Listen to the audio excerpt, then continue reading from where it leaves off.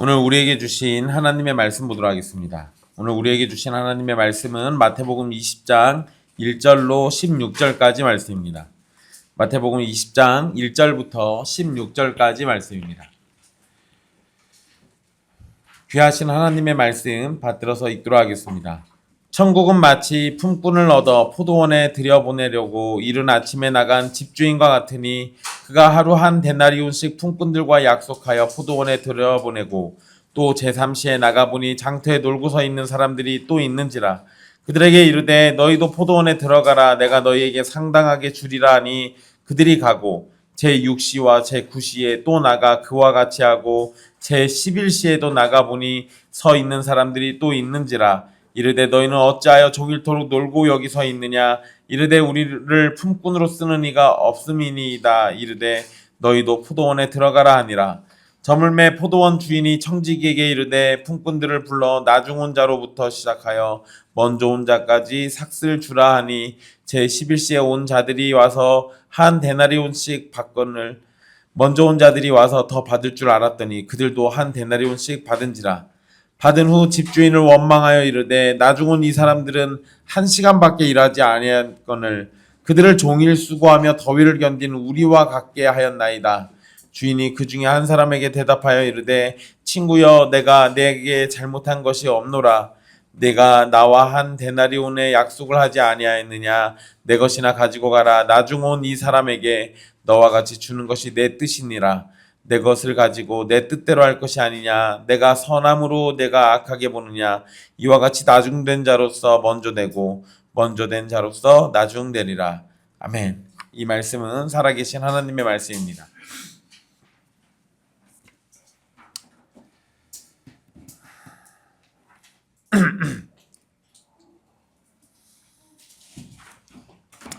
지난 시간 구원에 있어서 사람으로는 할 수 없지만 하나님으로서는 다 하실 수 있다는 복음의 말씀을 함께 살폈습니다. 사람은 돈이나 권력 그리고 명예를 가지고 구원을 얻을 수 있다고 착각하거나 또는 헌신을 통해서 구원을 얻어낼 수 있다고 생각합니다. 하지만 그러한 것이 무엇이든 사람이 구원을 얻으려고 하는 것은 낙타가 바늘구멍으로 들어가는 것보다 어려운 일입니다. 사람의 능력으로는 구원을 얻을 수 없다는 것이 성경의 가르침입니다. 오히려 성경은 사람은 할 수 없지만 하나님은 다 하실 수 있으니 하나님을 의지하고 믿으라고 가르쳐주고 있습니다. 우리는 이러한 은혜를 생각하면서 하나님을 섬기고 예배해야 합니다.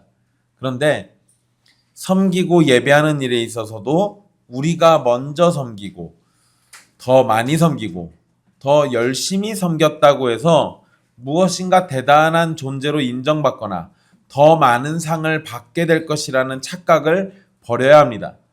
오늘 말씀은 마태복음 19장 30절의 말씀을 이 비유로 들어서 제자들에게 가르침을 주시는 예수님의 말씀입니다. 19장 30절에 예수님께서 지난주에 살폈던 말씀인데요. 마지막 이렇게 얘기하셨죠. 먼저 된 자로서 나중되고 나중된 자로서 먼저 될 자가 많으니라. 그리고 이와 똑같은 얘기가 16절에 또 나옵니다. 나중된 자로서 먼저 되고 먼저 된 자로서 나중되리라. 같은 내용이 앞뒤에 반복되어 있으면 또 뭐라고요? 네, 샌드위치, 인클루지오, 샌드위치 구조라고 했죠.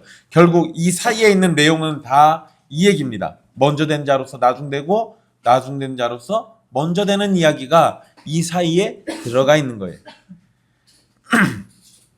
그러니까 오늘 비유의 결론은 사실 이미 다 아시는 내용입니다.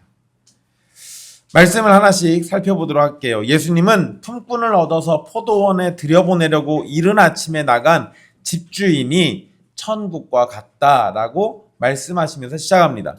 자, 여기에서 이른 아침이라고 번역된 표현은 해가 뜨는 시간을 의미합니다. 해가 뜨는 시간. 지금 몇 시에 해 뜨죠? 제가 아침에 6시에 보니까 밖에가 새카마더라고요. 지금은 이제 6시 훨씬 넘겨서 막 7시나 6시 요 사이쯤 해가 뜨는 것 같아요. 해가 지는 시간은 요새 또 언제죠? 5시만 넘어와도 해가 져요. 6시 되면은 깜깜합니다. 근데 어쨌든 여기 성경에서 이른 아침이라고 얘기할 때는 보통 아침 6시를 얘기합니다. 아침 6시. 보통 추수를 하거나 씨를 뿌리는 이 파종의 일을 할 때 이른 아침부터 일을 시작했으니까 본문의 상황은 추수를 하거나 또는 파종의 일을 위해서 일꾼을 모으는 상황입니다. 그런데 포도원이라고 하잖아요. 그러니까 아마 추수일 겁니다. 왜냐면 포도원에서 씨를 뿌리지는 않잖아요. 나무를 심지. 그러니까 아마도 추수의 상황으로 보여져요. 포도원을 가질 정도면 상시로 일을 하는 일꾼이 있을 겁니다. 그런데 추수를 할 때는 별도의 일꾼이 더 필요해서 고용하기도 합니다. 그래서 주인은 별도의 일꾼들을 고용하려는 상황이에요. 자, 여러분, 이렇게 별도의 일꾼들, 어쩌다 한 번씩 일 나가는 사람들을 우리는 일용직 노동자라고 보통 부르죠. 이런 일용직 노동자들은 마을의 장터에 모여서 고용되기를 기다리는 일이 많습니다. 여러분, 우리도 그런 거 볼 수 있잖아요. 인력시장 같은데, 인력사무소 같은데 가면 아침에 새벽에 사람들이 거기 옹기종기 모여 있잖아요. 거기 있다가 이렇게 일자리가 생기면 불려서 이렇게 나가곤 합니다. 그거와 비슷한 상황이라고 보시면 돼요. 근데 이 당시에는 장터에 모여 있어요. 장터에. 그래서 이렇게 장터에 사람들이 고용되기를 모여 있는데 이런 사람들은 안정적인 직장이 아니기 때문에 불안정한 삶을 살고 있어요. 하지만 상황이 어쩔 수 없기 때문에 하루라도 일을 나가야 하는 상황이에요. 대부분 이 당시 노동자들은 하루 벌어서 하루 먹고 삽니다. 그러니까 하루를 못 나가면 그날은 굶어야 돼요. 이틀을 못 나가면 이틀을 굶는 겁니다. 아니, 목사님 집에 가면 쌀이 있겠죠.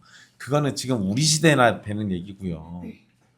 우리나라도 불과 몇십 년 전에는 부모들이 하루 벌어 하루 먹고 살고 그랬어요. 아침에 일어나서 해야 하는 걱정은 쌀 떨어질 걱정.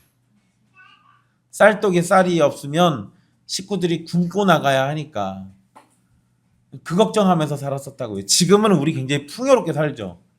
밥 먹으라고 해도 아침밥 안 먹잖아요. 우리 조상님들이 이런 우리의 모습을 보면 깜짝 놀라실 겁니다.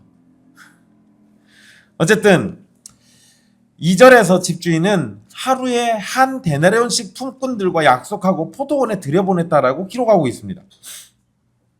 하루 한 데나리온은 원래 보통 노동자에게 주는 일당입니다. 그러니까 2절에서 약속된 이 사람들은 원래 받는 일당을 약속받고 간 거예요.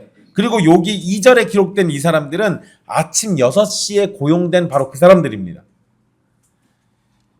그런데 3절에서 주인은 제3시에 나가서 장터를 둘러보게 됩니다. 여기에서 제3시는 오전 9시예요. 그러니까 주인이 장터에 나갔는데 놀고 서 있는 사람들이 있었다라고 성경에 표현하고 있습니다.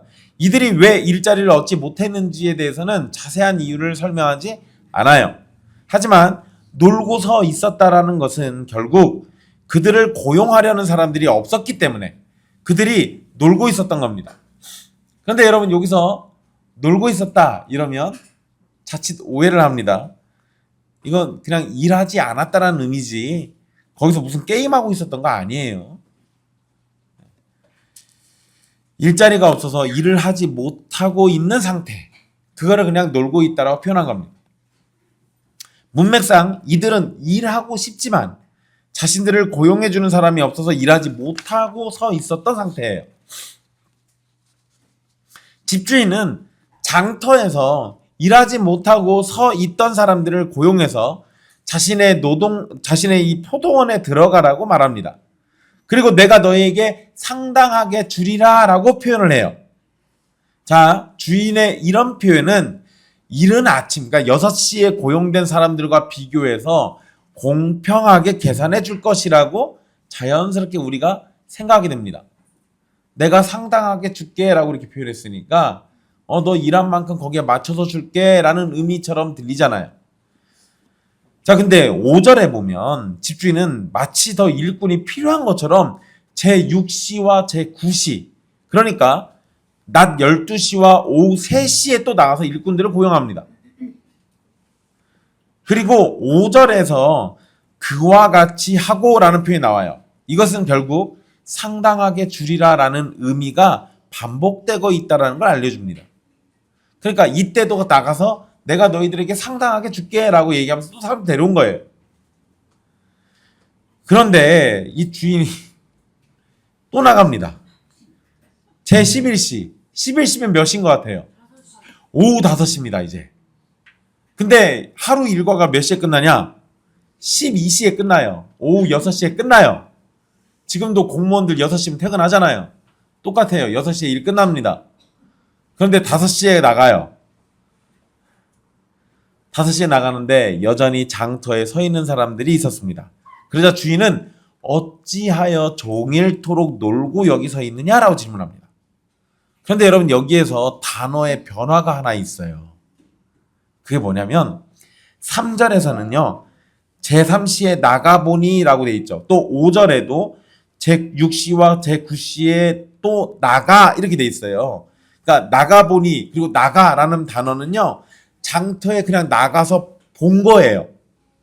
나갔더니 그냥 사람들이 눈에 보인 겁니다. 그런데 6절에서는 우리 한글 성경에 나가보니 라고 번역한 저 표현이요. 나가서 본 게 아니라 나가서 찾았다라는 의미예요. 그러니까 오후 5시에는 어떤 마음으로 나간 거냐면 또 놀고 있는 사람들이 있을 것 같으니까 그 사람들을 찾아 나선 거예요.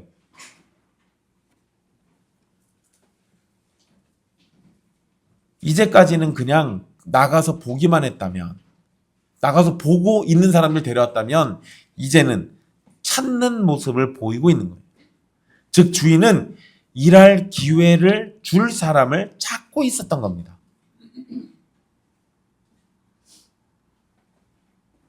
여러분, 이런 주인 만나면 정말 좋겠어요. 일할 사람을 찾아 나서잖아요. 유대인들은 12시, 그러니까 오후 6시가 되면 일 마치고 집에 갑니다. 그러니까 오후 5시에 장터에서 놀고 있는 사람은 그냥 하루 일을 하지 못하고 돌아가야 하는 상황이에요. 그 시간에 자신들이 고용되어서 일을 할 것이라는 생각은 못하는 겁니다. 그럼 여러분 생각해 보세요. 이 사람들 가장일 거예요. 일 못 나가고 결국 6시가 돼서 집으로 돌아갑니다. 돌아가는데 빈손으로 가요. 가족들은 뭘 기다리겠습니까? 돈 벌어서 들어오는 아빠의 두 손을 기다리고 있을 거예요. 근데 아버지는 손에 아무것도 없어요. 결국 이렇게 되면 그와 함께 딸린 식구들은 그날 굶어야 돼요. 그날 하루를 못 먹는 거예요. 그러면 이 5시에 장터에서 그냥 서 있던 이 사람들의 심정은 어떻겠습니까? 집에 가긴 가야겠는데 집에 못 돌아가요. 빈손이야. 아무것도 없어요.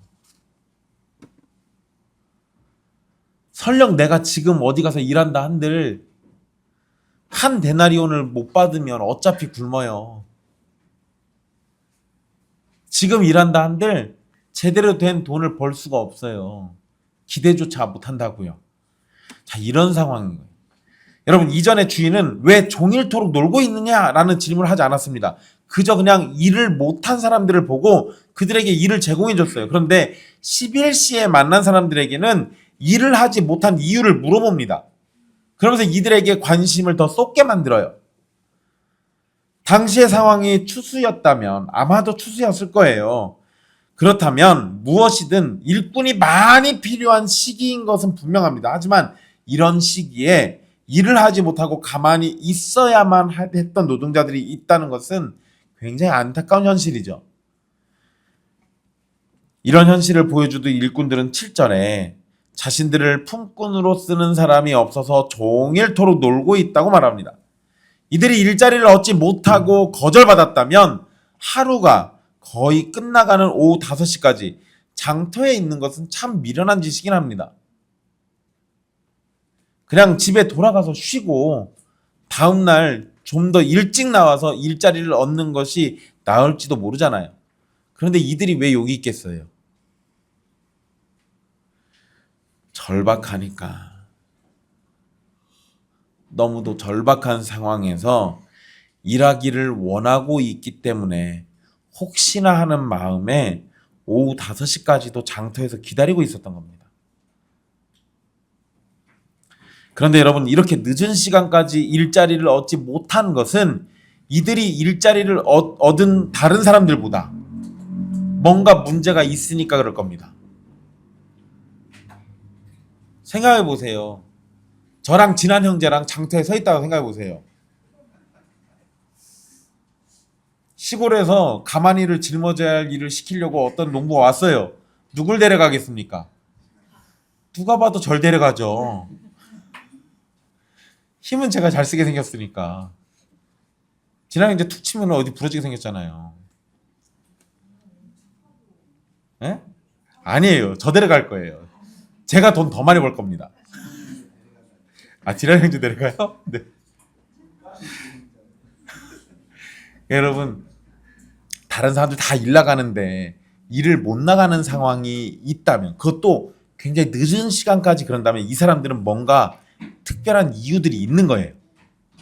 이렇게 놓고 보면요, 이 사람들은 시간만 늦어가지고 일을 못 간 게 아니라 조건이나 환경조차도 남들보다 못한 겁니다. 그러니까 일을 못 가고 있는 거예요. 그러면 여러분, 다음 날이 된다 한들 이 사람들 일 나가겠습니까? 아니요, 못 나가요. 이 사람들은 오늘이 못 나가면 내일도 못 나가는 거예요. 어차피 못 나갈 겁니다. 여하튼 집주인은 그들도 포도원에 들어가라고 합니다. 이런 상황에서 일반적이라면 제일 아침에 들어온 사람부터 방금 들어간 사람까지 차등을 둬서 일당이 지급될 거라고 생각하는 게 일반적입니다. 그러잖아요. 그건 당연한 거지. 주인이 직접 여러 번, 심지어 늦은 시간까지 품꾼을 찾아 나서는 모습은 잃은 자를 찾으시는 하나님의 열심과 사랑을 보여주는 장면입니다. 그리고 그 부르심의 주도권은 전적으로 주인에게 달려 있습니다. 왜 하나님의 열심과 사랑을 보여주는 건지 뒤에 가서 다시 또 얘기 드릴게요. 저녁이 되자 포도원의 주인이 청지기에게 명령합니다. 여기에서 주인을 부르는 명칭이 바뀌는데요. 여러분, 그냥 우리 성경에서는 그 11절에 집주인 그냥 이렇게 돼 있죠. 8절에 포도원 주인 이렇게 돼 있잖아요. 그러니까 주인이에요, 주인. 그런데 여러분, 이게 1절에서는 집주인을 의미하는 단어였다면 8절에서는 주님을 의미하는, 우리가 보통 예수님을 주님이라고 할 때 그 주님을 의미하는 단어로 바뀌어버립니다. 그러니까 자연스럽게 이야기의 흐름에서 이 집주인이 누구라고 예상하게 만드냐면 하나님 또는 예수님으로 예상하게 만들어요. 자, 여기에서 청지기가 등장하는데 청지기는 집의 재산을 관리하는 집사를 의미합니다. 상황상 여기에 청지기는 밭에서 일꾼들을 지휘하는 감독이었을 겁니다. 그래야 일당을 나눠주는 일까지 자연스럽게 연결되기 때문에 그래요. 자, 주인은 나중에 온 사람들로부터 처음으로 온 자까지 일당을 주라고 명령합니다. 거꾸로 주라고 했어요. 사실 이렇게 줘야 하는 이유는 딱히 존재하지 않습니다. 유대인들의 무슨 풍습이거나 그 당시 원래 사회 문화거나 아니고 그런 거 전혀 없어요. 왜 이렇게 줬는지 아무도 모릅니다. 그냥 주인 맘대로 해요. 주인 맘대로. 근데 여러분, 이것도 생각해 보세요. 원래대로 한다면 누구 먼저 주는 게 상황상 맞겠어요? 먼저 온 사람들이 먼저 와서 고생했으니까 돈 빨리 줘서 빨리 보내야지. 그러잖아요. 근데 그렇게 안 했어요. 여러분, 이거 일 고용되고 돈 받는 순서가 어떻게 되죠? 먼저 된 자가 나중되고요. 나중된 자가 먼저 됐어요. 이 순서도 의도가 있는 거예요. 그러니까 지금 예수님은 이 비유의 이야기에서 이렇게 한 건 사실 유대인들의 무슨 풍습이고 뭐고 아무것도 상관은 없지만 이 이야기의 상황이 이렇게 흘러가고 있다라는 것을 명확하게 인지하도록 만들어주고 있는 겁니다. 자, 그래서 일당을 받은 일꾼들은 나중 온 일꾼들이 먼저 일당을 받고 나가게 됩니다. 자, 그러면 일당을 받은 일꾼들은 나갔겠죠. 그 자리를 떠났을 겁니다. 그러니까 먼저 받은 사람들은 다 떠났을 거고 제일 먼저 왔던 사람들만 남은 상황에서 자신들도 똑같이 받은 것을 확인하게 됩니다. 오후 5시에 일꾼을 고용한 것도 놀라운 일인데 그들에게 하루 일당을 그대로 준 것은 더 놀라운 일입니다. 이들은 장터에서 포도원까지 이동 시간을 생각한다면 실제로 일한 시간은 1시간도 안 돼요. 하지만 일당은 12시간 일한 사람과 동일하게 받았다는 겁니다. 일단 9절 말씀을 들었을 때 사람들은 주인이 너그럽고 은혜로운 존재임을 생각할 겁니다. 동시에 제일 먼저 온 사람들이 더 많은 돈을 받게 될 것이라고 기대하게 됐을 겁니다. 그래서 10절의 기록처럼 먼저 온 사람들은 자신들이 더 받을 것을 예상했어요. 야, 저 1시간도 일을 안 했는데 한 데나리온 받았잖아요. 그러면 우리가 약속은 한 데나리온이지만 저 자비로우신 저 주인이 우리에게 더 많이 주겠지. 일한 만큼 돈을 받는다는 것은 아주 옛날이나 지금이나 당연하게 생각되는 겁니다. 하지만 주인은 일한 시간과 상관없이 모두 한 데나리온을 지급해 줍니다. 주인을 향해서 불평과 원망을 품는 것이 지극히 당연해 보이죠. 사람의 생각으로는 이게 맞는 것 같아요. 만약에 여러분 시간 비율로 친다면 1시간 일한 사람이 한 데나리온이면 12시간 일한 사람은 12데나리온 받아야죠. 이게 정의지. 그냥 여러분 12데나리온 너무 좀 큰 돈인 것 같아. 좀 크니까 좋아요. 12데나리온은 아니더라도 적어도 5데나리온 정도는 받아야 내가 그래도 일한 만큼 좀 받았구나 이렇게 생각하지 않겠어요? 그런데 모두 동일하게 한 데나리온을 받았다는 것은 충격적인 상황이에요. 아침 6시부터 와서 일한 사람들은 그런 주인의 결정을 받아들이지 못하고 있습니다. 자, 여러분 이게 만약에 사회에서 이런 일이 벌어졌다면 사람들은 이제부터 어떻게 하겠습니까? 아침 일찍 안 나가죠. 늦게 나가겠죠. 그렇게 해가지고 대충 한 4, 5시쯤 나가가지고 고용돼서 얼렁뚱땅 1시간 일하고 하루 일당 받으면 얼마나 좋아요. 사람들이 이렇게 할 겁니다. 그래서 공산주의가 망했어요. 사람들의 그런 타락한 본성을 이해하지 못해서. 어쨌든 이들의 원망은 12절에 고스란히 나옵니다. 그리고 이들은 원망은 나름대로 이유가 분명해요. 나중에 온 사람들은 1시간만 일했고 자신들은 종일 더위를 견디면서 수고했습니다. 그런데 동일하게 주인이 일당을 줬다는 것은 공정하지 않다는 겁니다. 그리고 4절에서 상당하게 주리라라는 말을 했으니까 일꾼들은 공정하게 일당을 줄 것이라고 예상했을 겁니다. 하지만 지금 벌어진 일은 전혀 공정하지가 않다라는 거예요. 주인이 원망하는 사람들 중에 한 사람에게 대답을 합니다. 13절이죠. 주인이 그 중에 한 사람에게 대답하여 이르되 친구여. 근데 여러분 여기서 친구여라고 부른 건 친근한 사이여서가 아니라 주인이 그 사람의 이름을 알지 못해서 이렇게 부른 겁니다. 다른 의도 아니에요. 주인은 자신이 잘못한 것이 없고 너와 나 사이에 한 데나리온을 약속했음을 생각나도록 말합니다. 분명 일꾼들은 약속된 만큼을 정확하게 받았어요. 그러면 사실상 불평이나 원망할 이유가 없다는 겁니다. 주인은 불평하는 그들에게 내 것을 가지고 떠나가라 라고 말씀합니다. 여기서 내 것이란 표현은 그 사람 개인을 강조하고 있는 표현이에요. 주인은 자신이 자신의 영역에서 주권을 가지고 마음대로 할 수 있다는 걸 강조한 겁니다. 일꾼들은 4절에서 상당하게 준다라는 표현을 통해서 공정할 것을 생각했겠지만 엄밀히 따지고 보세요. 주인은 아침에 그 6시에 온 사람 그 사람들에게 상당하게 줄 거다라고 약속한 적이 없어요. 두 번째부터 온 사람들한테 이렇게 표현했습니다. 그리고 공정하게 준다는 것은 주인이 자신의 권리를 따라서 주겠다는 것을 강조한 거지, 일꾼들이 여기기에 공정하게 준다는 의미도 아니에요. 그러니까 공정의 기준이 어디 있냐는 걸 보라는 겁니다.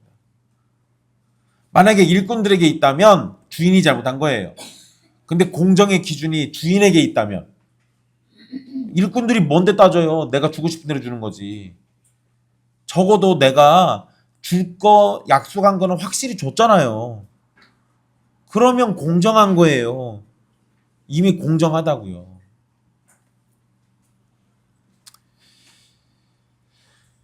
주인은 자기 돈 가지고 자기 마음대로 할 권리가 있습니다.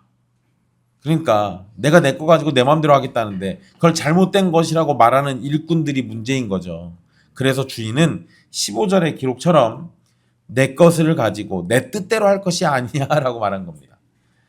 주인은 힘든 일상을 살아가는 일꾼들에게 선하심을 드러냈습니다. 하지만 그런 주인을 향해서 처음 온 일꾼들은 불평과 불만 그리고 분노라는 악함을 드러내고 있는 거예요. 여러분, 악하게 본다라는 표현이 나오죠. 15절 마지막에 내가 악하게 보느냐. 거기서 그 악하게 본다라는 표현은 악한 눈을 가리켜요. 악한 눈. 그런데 여러분, 이 구약 성경에서 이 악한 눈은 보통 질투나 인색함을 상징할 때 쓰는 표현입니다.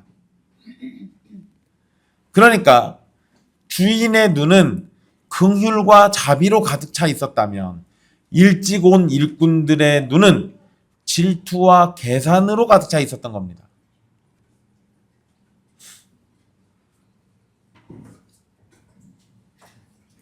주인의 은혜가 커질수록 그들의 눈은 더욱 악해집니다. 이것이 바로 율법주의와 공로주의의 무서운 실체예요.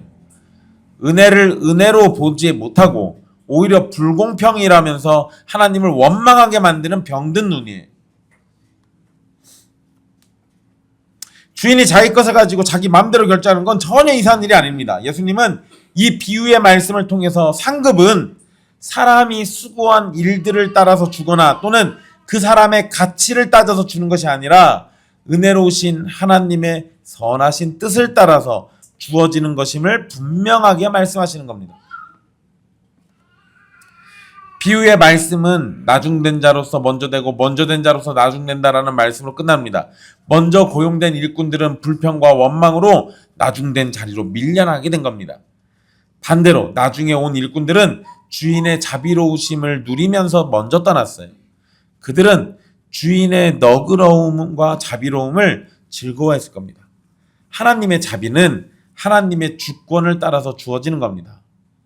하나님의 자비를 받는 일에 우리의 수고나 우리의 가치가 결정하지는 않는다는 거예요.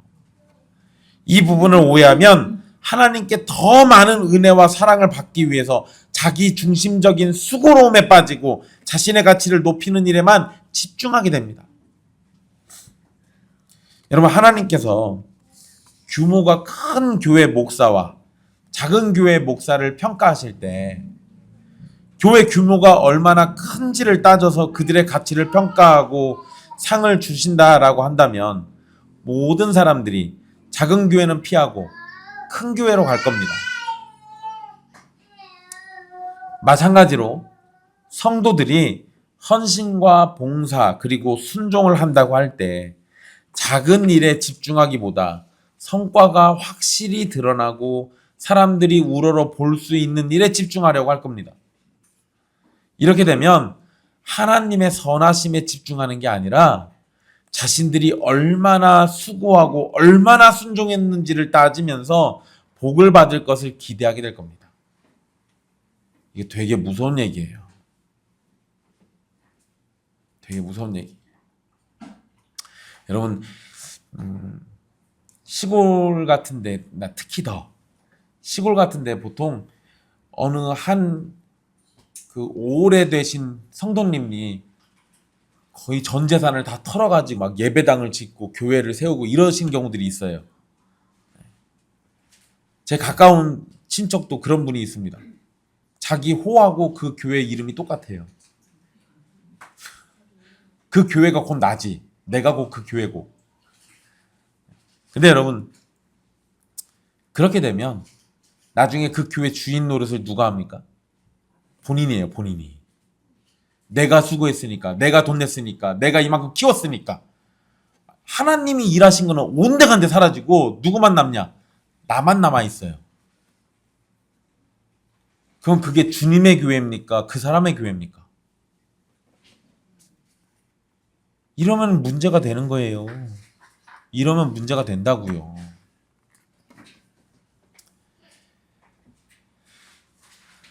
일꾼들이 고용되어서 일하게 되었을 때 자신들을 고용해준 주인에게 감사한 마음을 가지고 최선을 다하면 되는 겁니다. 이러한 개념이 없다면 마태복음 19장 27절의 말씀에서 베드로가 자신들이 예수님을 위해서 모든 것을 버리고 따랐으니 무엇을 얻을 것인지 질문한 것과 같은 수준이 되는 겁니다. 제자들이 모든 것을 버리고 예수님을 따른 것은 참으로 훌륭한 일입니다. 하지만 그것을 가지고 우리는 무엇을 받을 것인지를 따지고 요구하는 것처럼 보이는 모습은 모든 것을 버리고 예수님을 따른 목적이 하나님의 영광이나 하나님께 순종하는 것이 아니라 더 많은 상급을 받기 위한 모습처럼 생각될 수 있습니다. 제자들은 먼저 된 자로서 나중되고 나중된 자로서 먼저 될 자가 많다라는 예수님의 말씀을 듣고 이 비유의 말씀을 연달아 들었습니다. 영생을 질문하던 부자 청년은 지금은 먼저 된 자처럼 보이지만 종말의 때에는 나중된 사람이 될 겁니다. 예수님의 제자들은 지금 나중된 사람이지만 종말의 때에는 먼저 된 사람처럼 될 겁니다.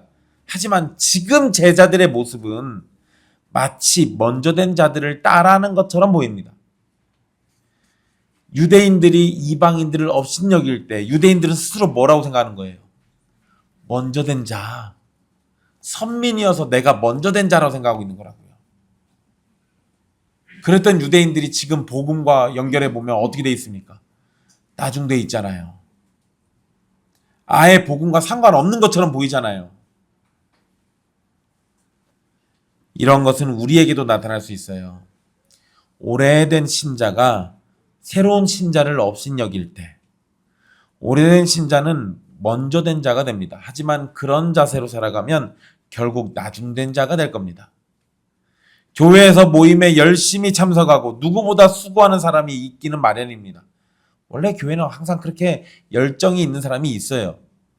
그런데 그런 자신의 모습을 스스로 높이거나 칭찬하고 자신보다 못하는 사람을 향해서 손가락질하는 모습을 가진다면 나중된 자가 되기 위해서 온 힘을 쏟는 것과 똑같은 겁니다. 내가 먼저 믿고 먼저 열심을 가질 수 있었던 것은 하나님의 은혜예요. 내가 잘나서가 아니라.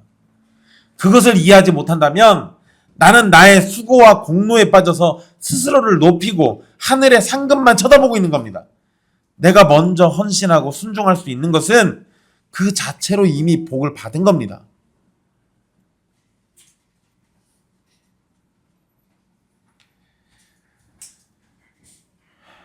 궁궐에서 첫날 사는 것보다 주의 장막에서 문지기로 사는 게 좋다는 거 괜히 나온 얘기가 아니에요. 궁궐에서 살면 일합니까? 안 합니까? 안 하겠죠. 문지기로 살면 일하죠. 그런데 그거는 내가 누구에게 속했냐라는 것을 보여주는 거예요. 내가 문지기로 일을 하더라도 하나님께 속했다면 은혜니까 그것이 내가 궁궐에서 사는 것보다 훨씬 더 좋다고요. 뭔가 대단한 상급을 받아야만 복받은 게 아니라 나 같은 존재를 일꾼으로 써주신 것 자체가 복받은 거예요. 나보다 늦게 된 사람이 있다면 멸시하고 조롱할 것이 아니라 그들의 손을 붙잡고 함께 순종할 수 있도록 나아가는 것이 필요합니다. 그럴 때는 훈계와 책망도 필요하겠지만 더 필요한 건 사랑과 기도예요. 그것이 성도들에게 있다면 그 교회는 진리가 살아서 역사하는 교회인 거예요.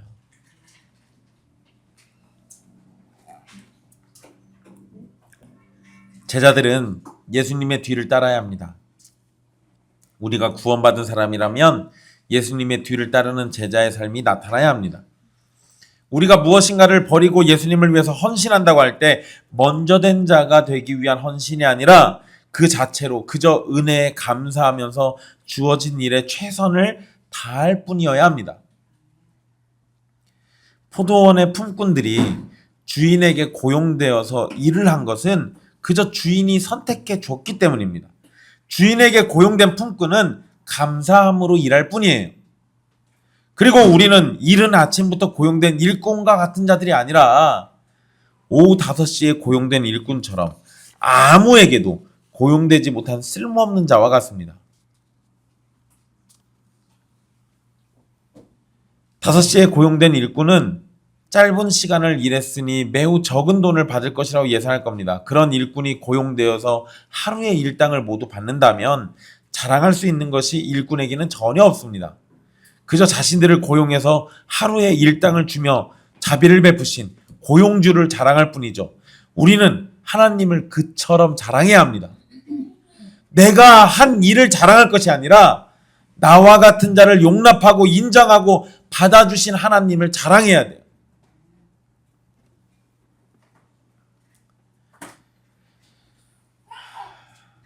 여러분, 제가 이단 사역을 처음에 시작할 때 그때 뭐 지금도 되게 열심히 하시는 분인데 그때도 아주 열심히 하셨던 목사님이 있어요. 근데 그때는 분명히 이분이 이단하고 완전히 다른 모습을 보여주셨어요. 근데 얼마 전에 성역 30주년 감사 예배를 드렸습니다. 그분이 자기가 이단 사역하면서 이렇게 예배당도 크게 졌어요.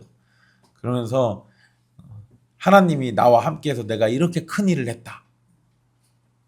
잠깐만, 핵심이 어디가 있는 거예요? 내가 했다. 내가 했다. 그런 감사 예배 드리는 사람 치고 내가 했다는 얘기 안 한 사람을 본 적이 없어요.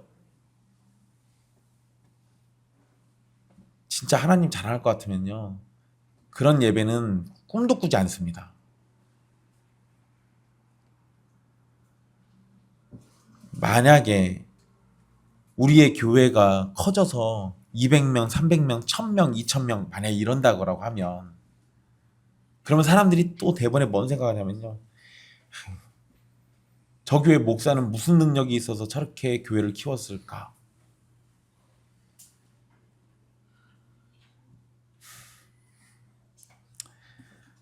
그런 목사님들 만나가지고 이야기해보면 별거 없어요. 그럼 목사들은 서로 압니다. 서로 별거 없다는 거. 그럼 뭐밖에 답이 없어요? 하나님의 은혜 말고는 답이 없는 거예요. 뭘 더 잘하고 말고가 어디 있어요. 만약에 목사의 능력에 교회의 규모가 달려있다면 그러면 교회에서 목사 뽑을 때 능력 많은 자들만 골라서 뽑아야지 뭐. 근데 여러분, 능력 많은 사람들 데려다 놓으면 정말 교회가 커집니까? 아니요. 한국 교회가 병든 주된 이유 중에 하나가 뭐냐면요, 능력 많아 보이고 스펙이 아주 좋아 보이는 그런 목사들만 찾다가 병드는 거예요. 진짜 성도들 사랑하고 말씀을 사랑하고 말씀 앞에 자기를 비추고 그런 목사들은 그거 하느라고 학위가 없어요. 근데 그런데 관심 없는 사람들, 자기 높이는 사람들이 학위를 가지고 있습니다. 그럼 우리는 그 학위에 속아요. 그럼 정작 정말 뛰어나고 좋은 목사님들은 일자리가 없어서 버림받고, 우리는 가짜에 속아가지고 그 겉모습에 취해서 그런 엉터리 같은 목사들 데려다가 그런 식으로 교회를 병들게 만든다고요.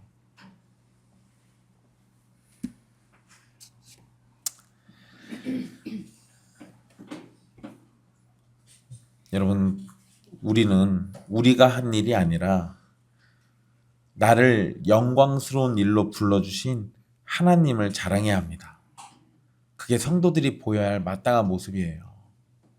지금까지 마태복음의 내용에서 예수님은 줄곧 하나님의 자비와 은혜를 말씀하셨고 제자들은 그것을 이해하지 못하는 모습을 보여왔습니다. 그리고 바리새인들이 찾아와서 시험할 때도 그들은 율법의 조항은 말하지만 하나님의 자비와 은혜는 말하지 않아요. 포도원의 품꾼들의 이 비유에서 예수님은 먼저 된 자가 나중되고 나중된 자가 먼저 된다는 걸 말씀하셨는데 여기에서도 하나님의 자비와 은혜가 강조되고 있는 겁니다. 하나님께서 자비와 은혜를 내리시겠다는데 그 앞에서 정이 따지고 공이 따지고 그럴 수 있는 존재가 누가 있어요? 애초에 없잖아요. 세상의 가치관에서는 많이 일한 사람이 더 많이 가져가는 게 당연한 겁니다. 하지만 하나님 나라의 가치관은 사랑과 자비로 설명되는 겁니다. 일한 만큼만 받는 것이 당연하다고 생각한다면 1시간을 일한 일꾼들은 1시간에 해당하는 임금만 받아야 합니다. 그러면 그 가족들은 아마 굶주리게 될 거예요. 그래서 주인은 그들에게 가족과 생존할 수 있는 자비를 보여주신 겁니다. 제자들은 예수님을 위해서 모든 것을 버린 자들이니 더 많은 사랑과 자비를 받아야만 할 것처럼 보입니다. 하지만 예수님의 가르침은 우리가 수고한 일이 얼마나 대단한 것인지가 아니라 우리를 향한 하나님의 자비가 중요하다는 사실을 가르쳐 주는 거예요. 거기다 여러분, 우리 제자들이 19장 마지막에 자기들은 예수님을 위해서 다 버렸다고 했잖아요. 좋아요. 그러면 걔네가 버려서 한 일이 뭐예요? 그 12제자 위대하신 그분들이 지금까지 한 일이 뭐가 있냐고요? 중간에 잠깐 잘한 적이 있습니다. 주님이 제자들에게 말씀을 주면서 파송 보냈을 때 그들이 능력을 행하고 귀신을 쫓고 이런 일이 잠깐 있었어요. 근데 그러고 돌아와선 했던 말이 뭡니까? 우리가 명하니까 귀신이 나가더이다. 그때도 관심이 어디 있는지 아세요? 나의 능력이에요.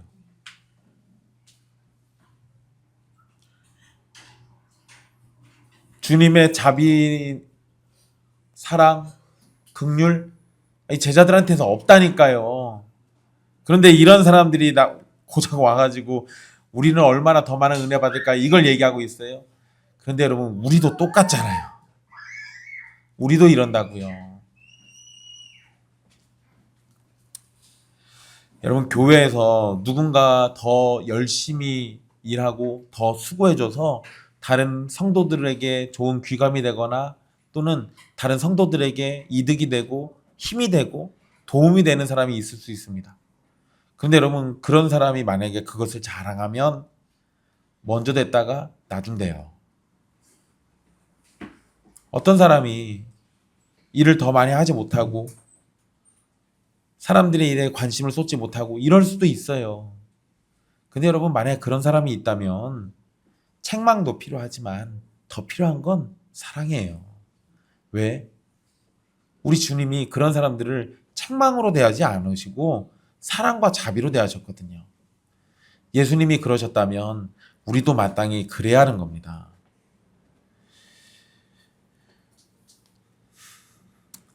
다시 말씀드립니다. 제자들은 예수님을 위해서 모든 것을 버린 자들이니 더 많은 사랑과 자비를 받아야 할 것처럼 보입니다. 하지만 예수님의 가르침은 우리의 수고가 얼마나 대단한 것인지가 아니라 우리를 향한 하나님의 자비가 중요하다는 사실을 가르쳐 주는 겁니다. 여러분 비유에서 주인은 내가 선함으로 내가 악하게 보느냐라는 말을 했습니다. 이것이 비유의 핵심 질문이에요.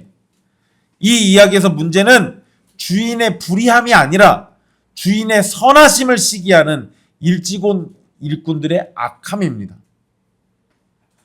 주인은 약속을 어기지 않았어요. 그리고 동시에 자비를 베풀고 있습니다. 사랑하는 형제 자매 여러분, 이 비유는 철저하게 공로주의를 배격하고 은혜로 구원받는다는 사실을 강조합니다. 우리는 왜 주인이 모든 사람에게 한 데나리온을 주었는지에 집중하면서 다른 점을 놓칩니다. 사실은 더 중요한 질문이 하나 또 있어요. 우리가 관심을 갖고 생각해야 할 것은 품꾼들이 받은 돈의 크기가 아니라 왜 주인은 계속해서 품꾼들을 고용했냐는 거예요. 도대체 왜? 주인은 이미 일꾼을 고용했습니다. 아침 일찍 품꾼들을 데리고 왔죠. 그럼에도 계속해서 사람들을 데리고 왔습니다. 그리고 6절에서 주인은 고용할 사람들을 나가서 찾기까지 했습니다. 주인은 포도원을 통해서 돈을 벌고 부자가 될 생각보다 이 포도원을 통해서 일꾼들이 먹고 살 수 있도록 자리를 만드는 일에 더 관심이 있습니다. 주인은 일꾼과 계약을 해서 서로 주고받는 관계를 만들려고 한 게 아니라 자신의 포도원을 통해서 일꾼들이 일할 수 있는 상황을 만들어 주는 일에 관심이 더 있다고요.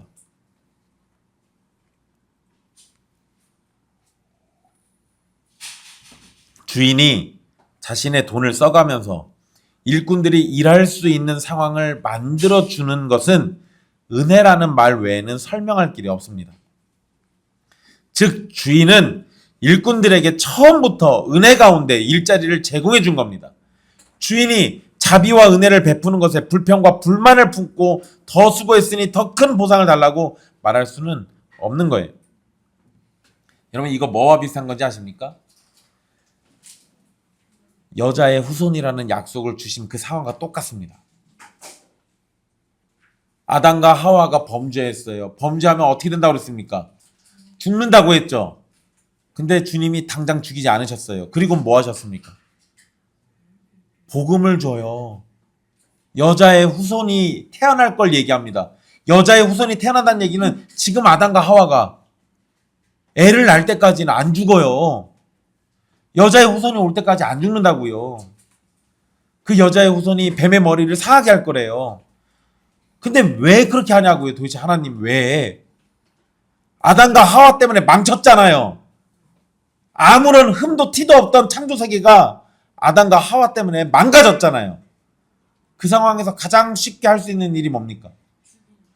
싹 다 없애고 다시 시작하는 거예요. 근데 도대체 왜 하나님 그렇게 안 하신 거예요? 그걸 자비와 사랑 말고 뭘로 표현할 수 있습니까? 자비와 사랑 말고도 표현할 말이 없잖아요. 도대체 우리 하나님 왜 그러셨는지 모르겠다고요. 사람의 생각에는 제일 쉽게 가는 건 없애고 다시 시작하는 거예요. 근데 그렇게 안 하셨어요. 왜? 그분은 자비가 많으시고 사랑이시니까. 그거 말고는 설명할 길이 없다고요. 이 포도원의 주인이 일꾼들을 계속 쓰는 것도 그거 말고는 설명할 길이 없습니다. 우리는 종종 아침 6시에 고용된 일꾼이라고 스스로를 생각합니다. 남보다 더 많이 헌신했고 더 오래 믿었으니 당연히 더 많은 것들을 받아야 한다라고 생각합니다. 그러나 여러분 십자가 앞에서 우리의 진짜 모습을 직면해 보십시오. 우리는 아무런 자격도 능력도 없이 세상 장터에 버려져 있던 사람들입니다. 영적으로 무능력해서 아무도 거들떠보지 않던 오후 5시의 인생들이에요. 그런 우리를 예수님이 찾아오셨습니다. 늦은 시간에 아무 쓸모없는 우리를 부르셔서 천국 포도원에 일꾼 삼아 주셨어요. 그리고 영원한 생명이라는 감히 상상할 수도 없는 상급을 주셨습니다. 이것이 은혜가 아니면 무엇입니까? 우리가 평생 자랑할 것은 나의 땀방울과 손에 굳은 살이 아니라 늦은 오후 나를 찾아오신 삼위 하나님의 은혜로운 발걸음 뿐입니다.